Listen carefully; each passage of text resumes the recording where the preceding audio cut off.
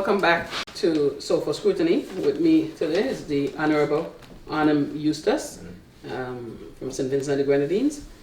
Mr. Eustace, we were talking before about the Supervisor Election, and that's not supposed to be a political office. No. That she should not be in at one side or the other. Yeah, that's right. So is it customary that she would refuse, or Supervisor of Election would refuse to give you the list of people who are being registered? Is that customary? Is that a standard thing? Not the list of people who are being registered. The list of people who are transferred into your constituency. Okay. That used to be done. It's not been done for this round. So this is since election. Right. So this isn't. So in the past, you got the list of those who are transferred. Right. Now you don't get it. I have written for it. No response. No response. And that is in preparation for whatever election comes next. Mm-hmm. Last election, I had that list. I was able to identify some of the people who are illegally transferred. So do you believe that's why she's not giving you the list? I believe that's what is happening. That she's siding with the other side, and she's saying, okay, we're not going to give them that list in order to prepare. It has not been given to us for any time for this since the December election. And that's not customary. So what are your attorneys? Last time I wrote her, pointing out names of people who are still living in their own constituencies, but they're in yours. In mine. So doesn't the NDP have attorneys that could fight that in court? Or are you saying to yourself, what court? There's nothing really fair in their court system, from what everybody's saying. Unless you go in there, unless you go in there and take the names yourself, which you can't do. You can't get that kind of information. They have to provide it to you, and in the past it has been provided. Now, so in your opinion, has the Supervisor of Election, that office, become a political office? Oh yes. A political wing of the ULP? As far as I'm concerned, she's a politician. Okay. As far as I'm concerned. And a politician of one side, yes. or the other? Oh yes. Okay. There are those who say that you allow the opponent to define you as soft and incapable when your credentials in economics and finance should have been tutored. What is your response to that? Like when I heard your speech or read your speech, I heard part of your speech and I read some. I always heard that you were a very brilliant man, but there were things on there that were even beyond anything I understood about you. Well, like what? So do you? Well, you were saying about the years that you served. Yeah. I really thought you had just, when you became the interim prime minister, that you had just hit that scene. No. I've been in these parts in the United States for 37 years, so I had no clue about that. And the fact that many believe, many of the people that I spoke to believe that you were instrumental in the economic success of the James Mitchell administration. Yeah, I have to admit, I didn't know a lot of the fact that you were involved in that party before that. I went home every 5-10 years. I was seconded through the United Nations to assist in St. Vincent and the Grenadines in 1985, a year after Mitchell came into office. Okay. To review the fiscal and financial situation of the country. Well, the process that you were involved in, is that process still in place to assess the current day stuff that's going on in St. Vincent and the Grenadines? Because you're saying you were sent to, or you were in charge of reviewing and assessing. That was at the request of the government. Also, the government requested that. The current government is not requesting that. No.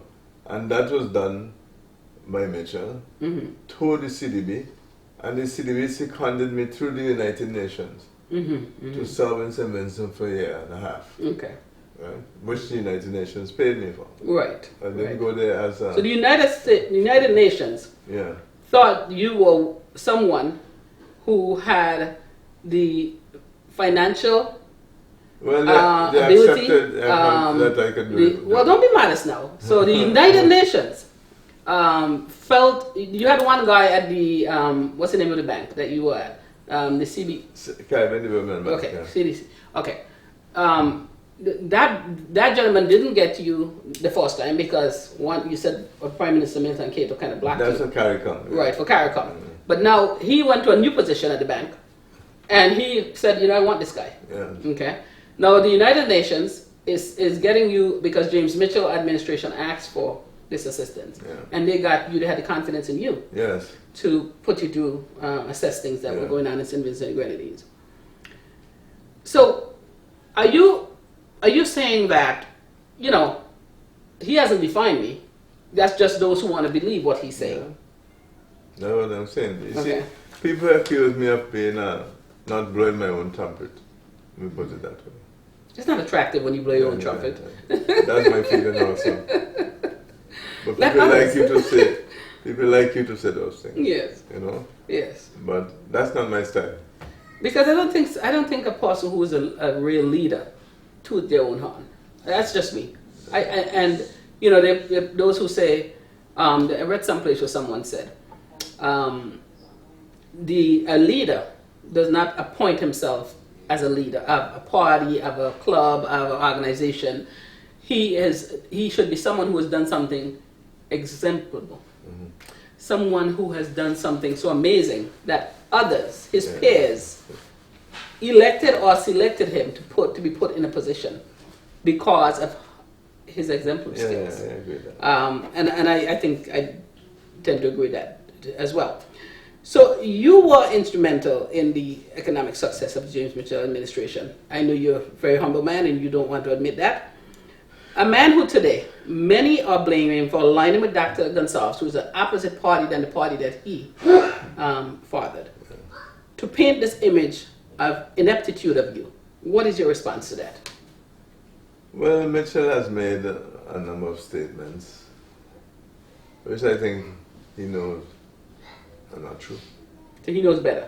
Yeah, he knows better. Mm-hmm. And there's a perception that he has of always being in charge. Mm-hmm. When I became Prime Minister,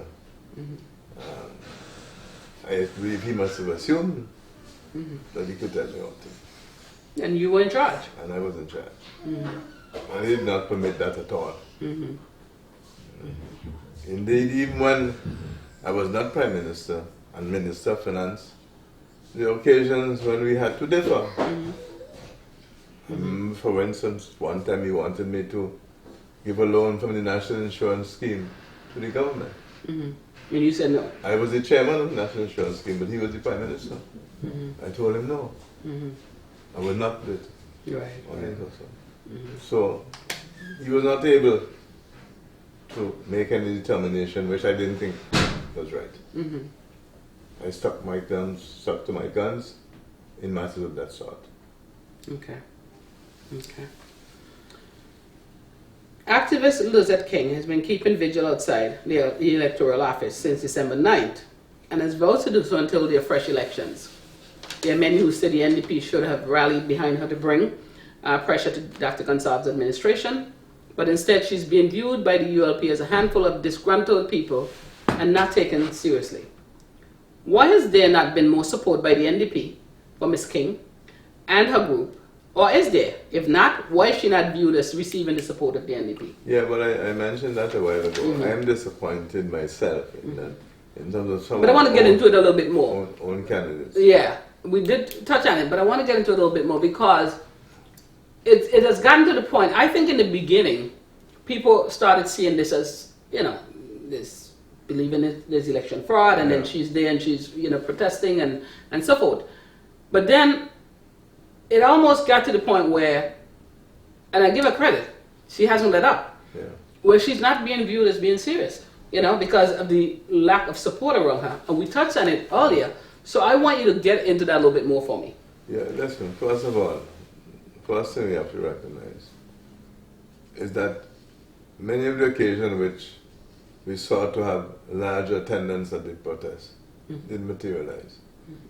At the beginning, it was okay. You had people going there regularly. The first protest we had was quite large. Right. But as time passed over the months, individuals, I would call on people to come into Kingston, and you will not get the same response. And the longer it took to have the cases heard, the worse it became. Okay. But you support Ms. King and oh what yes, she's oh doing. yes, Okay. oh yes. And we meet regularly. I met with her committee on more than one occasion, up to just a couple of weeks ago. I go there and the picket line myself very often. Right. You know, but I was disappointed in some of my own candidates or members of parliament not being there sufficiently. Okay. And other members of the party. Okay. So you felt that there's some support lacking there. Even though you're no longer leader of the NDP, do you support the party and do you encourage others to do so? It sounds like you're still very much an NDP person. You're stepping down and you're passing the baton on. You're not necessarily stepping away. That's what it sounds I'm like. representing East Kingston still. So you're not stepping out of politics. No, I'm still a member of parliament. Okay. You're still a member of parliament. You still intend to run for your seat. You've just passed it on to someone else. And you still. And Dr. Friday, under his leadership, do you think he would be victorious against the ULP? Dr. Friday is one of those persons in St. Vincent who is underrated. He's a very competent man. And I believe he has what it takes to carry St. Vincent forward and to win the election in St. Vincent. In St. Vincent, Grenadines. What would you say, Mr. Eustace, is your greatest accomplishments in your political career? And conversely, what are your greatest disappointments? Let's do the accomplishments first. The maintenance of stability in St. Vincent and Grenadines. I could have played a different kind of role in terms of the politics. People don't like you to take a line, as I did in many cases. I felt we should have a kinder and a gentle society. That was a theme that ran through my entire career. A lot of people don't like that. They want you to be very aggressive, to have as much protest as you can every day if possible, and so on. And I was always concerned with the stability of St. Vincent and Grenadines, the safety of our population, minimization of violence in the community, because I don't think we could live through that. Well, in December of 2015, after the general elections, and the country, as I said earlier, erupted in protest, and the protest really was starting to gain some momentum. Many said that you had called for a calming of things until after the holidays, because you felt that the general good of the country, it was going to affect the way people enjoy Christmas. It was going to affect businesses. And that you being the statesman, you being the person that always look for something that's the common good, not just the NDP or politics, that you called on the people to kind of calm things until after the holidays. And there's some people who believe that was a mistake. What do you say to that? No, when we had the first election, we lost 12-3. 12-3. The party was at its bottom. The support for the party was minimal. We had to start a process of reorganization of the party. You know, we couldn't even get a quorum for most meetings when I took over the party. Couldn't get a quorum for most meetings. And a lot of time had to be spent in building up the party if we had to ever get back into office. Remember for the first 2 elections, we only got 3 seats. I didn't know that. Yeah, for the first 2 elections, the Grenadine seat, I was the only person to win my seat on the mainland for 2 consecutive elections. Oh. Everybody else in the mainland lost the seat for the NDP, except I. So even though you were not victorious in some elections, you're saying the party have come a long way. Yeah. The party is transformed. We have had 8-7 for 2 consecutive elections now. And without that fraudulent election we had, you would have gone. We'd have won it. Yeah. Okay. So, again, why did you call for people to calm things down after from the protest during I made no such call. You didn't? Oh, I'm learning something now. Okay. I made no such call. Okay. But people, I guess, just on their own probably said, okay, it's Christmas. No. People would want you to say something. I made no such call because we're going to win. Okay. And the election showed that. Okay. You know what it is to get into a party. You're head of the party. and you want to call a meeting of important people in the party, and sometimes you can't even get a quorum for those meetings. A meeting that will require you to have 8 or 10 people attending, and 3 will turn up. Wow. The party was at that kind of level when Mitchell left. Wow. The party needed rebuilding. And that could be seen in the polls. So, again, so this is your greatest accomplishment. What are you, because you've clearly brought that party back from the dead, so to speak. So what are some of your disappointments? I think you mentioned some of them already, but is there anything else that you want to mention in terms of?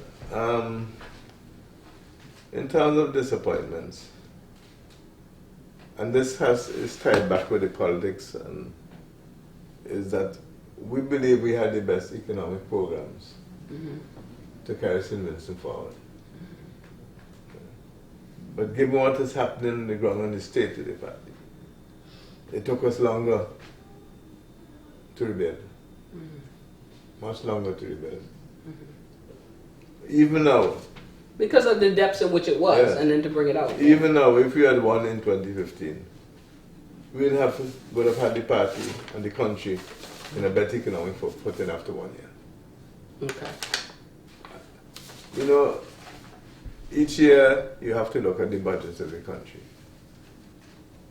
During the 17 years of the New Democratic Party, right?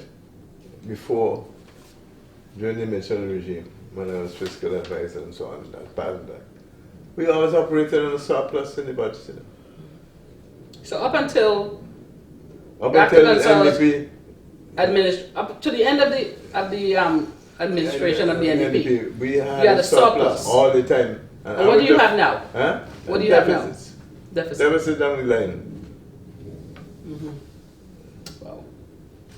You know, so therefore we could fund projects more easily under the NDP than it is with the Gonzales regime. Oh wow. Okay. So would you remain in an advisory role? Because there are many people who said to me, when I did not investigation, but when I started to kind of talk to people and say, I'm going to be doing this interview, what do you want me to ask him, etc. Many people are concerned and want me to ask this question: would you remain in a senior advisory role? Oh yes. Financial, especially. I think most people are kind of comfortable with you, contrary to what the NDP would say. I mean, ULP would say that people feel that with you somewhere there, putting your efforts there, then that might help revive the country. That's been expressed very clearly. And as I say, I maintain my position as a member of parliament, and I will be supportive of the Dr. Friday in terms of the party. I think there are a lot of people that would like to hear that. No, that's the fact. Otherwise, I'd have left. You would have left politics, period. Yeah. Now, you're here at your son's home. Yes. We're doing this interview. Is this customary, or are you now having time to do things like this? Well, I have much more time. Okay. Yeah. You ever know to come visit the grandkids and the son? Yes. And daughter-in-law. Wonderful. Much more time. What are your dreams for the country of St. Vincent and the Grenadines? I know you said it in a different answers that you gave here, but what are your dreams for St. Vincent and the Grenadines? First of all, my belief. My belief is that with proper governance, St. Vincent and the Grenadines can be a beautiful place to live with our people employed.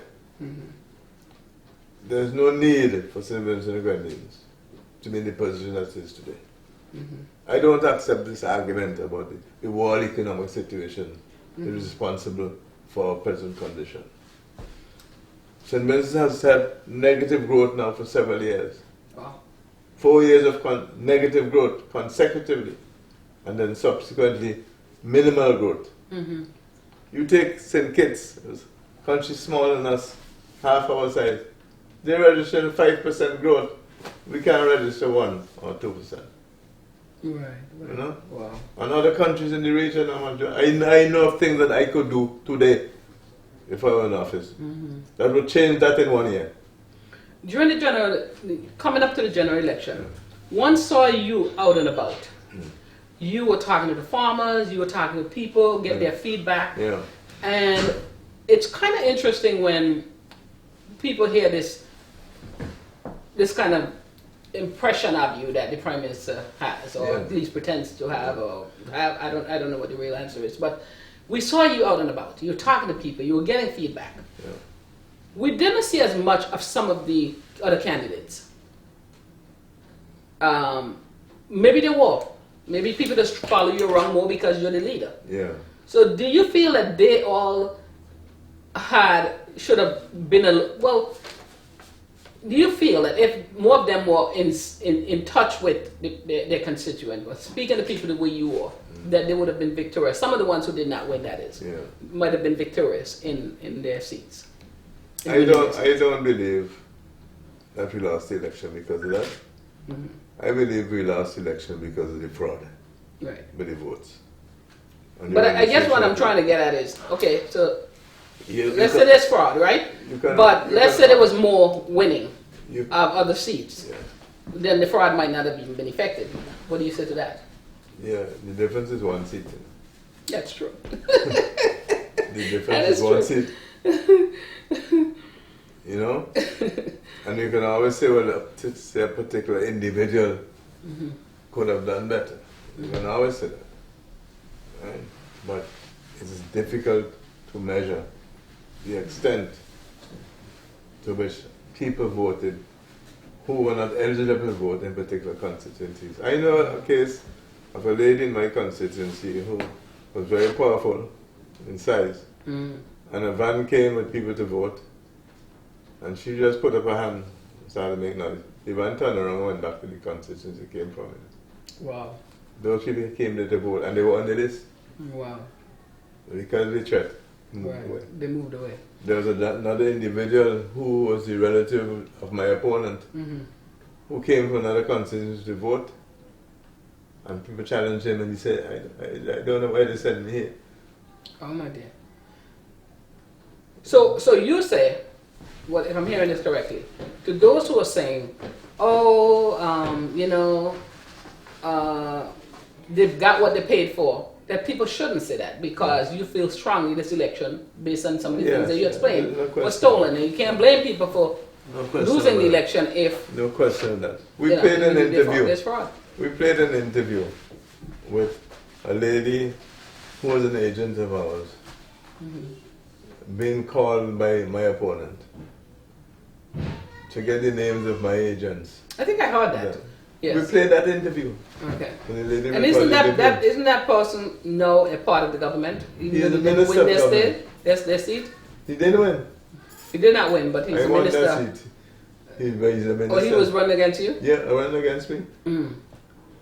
And I have to question this, and I'm truly asking this out of just curiosity, because I don't understand a lot of the politics down there. I don't understand a lot of politics here, but certainly don't pretend to understand in St. Vincent, even I understand it even less. Yeah. Is it customary that someone in a ministry like health would be someone with no kind of health background? A medical background? You can do that? So in St. Vincent and Grenadines, because I'm curious about that. Yeah. I've seen it in other, so it's not, but isn't that a problem regardless to which party that's doing that? Depending on what civil servants you have. You can have some very competent civil servants who can guide their ministers. You know? But he may not be the person doing the actual stuff, but he could put a good team together. Oh yes. Okay. Yeah. Okay. It's possible to do that. Well, I had a recent... Of course, it helps if your minister is of the same training.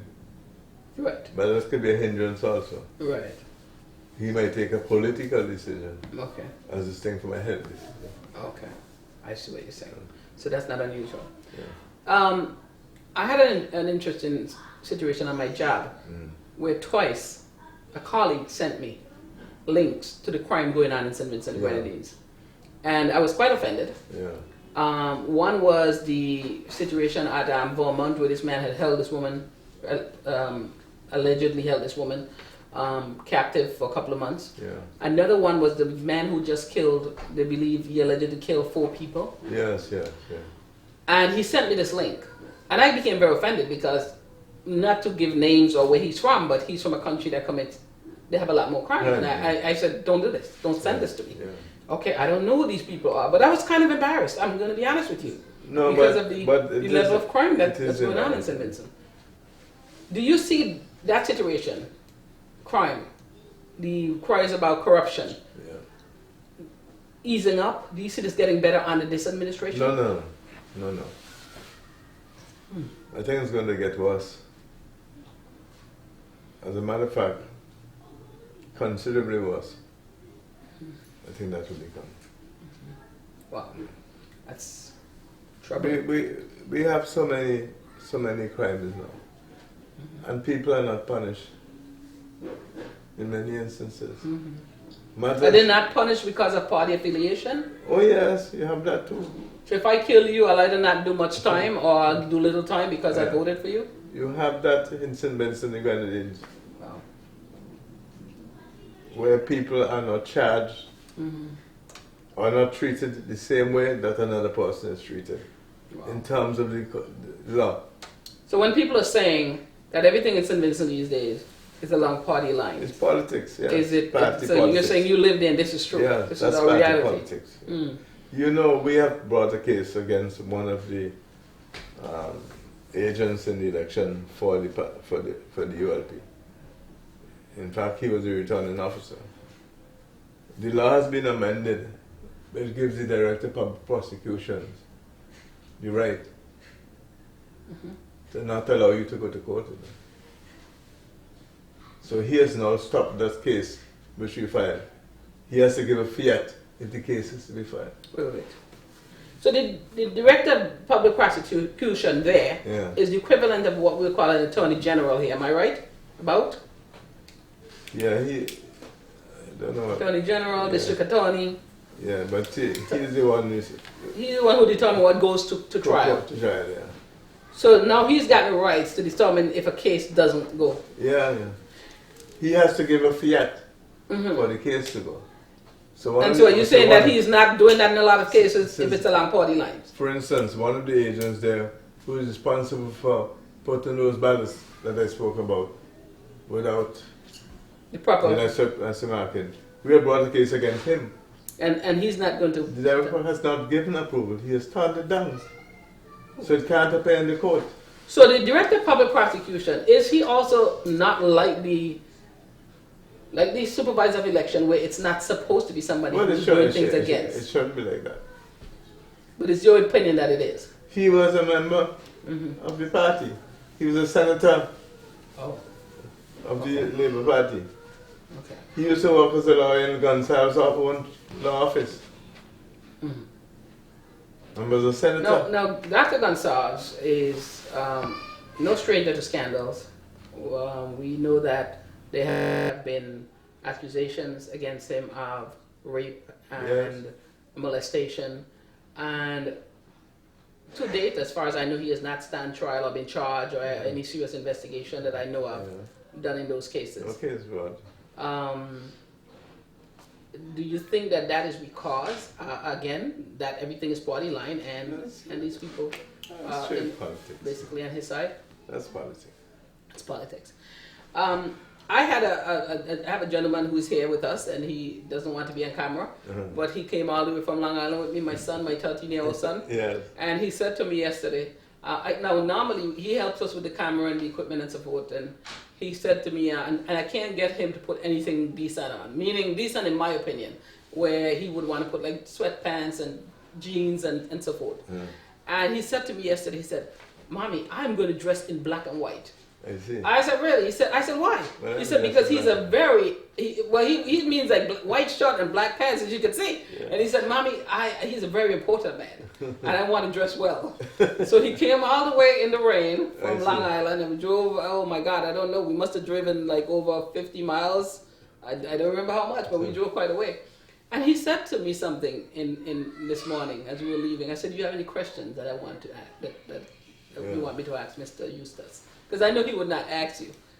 He said to me, ask him if you think that St. Vincent and the Grenadines would ever be revived? Would it get better in St. Vincent and the Grenadines? And ask him if he think if it doesn't, should people who are living here and have homes there just sell their homes? And I'll tell you where that came from. I have property there, and my kids loved St. Vincent, and I still loved in the past because they love to go there every year. I have the girl from the program. They go with me, they have their little friends, and we go to a home and we enjoy it. And lately they don't want to go because of the things that they're hearing. And so his thing is, would it get better again that they could go and enjoy it, or should we just sell the house? Because they've been telling me lately, sell it, you know? Well, in the state of the economy at present, you lose to sell it. There are hundreds of properties for sale. Okay. The building alone has at the present time 150 properties for sale. So I have to hold on to my house. Sorry, not Which I don't personally want to sell. It's been my dream. I would not advise you to sell.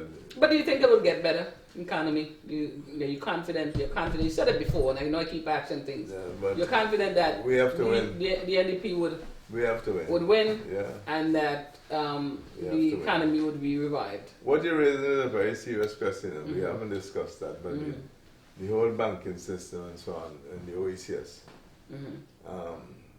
What you have a situation where the banks have so much liquidity because so much loans have fallen. People can't borrow as they used to. We're going to take a break, and when we come back, we're going to get into that a little bit more, okay? Okay.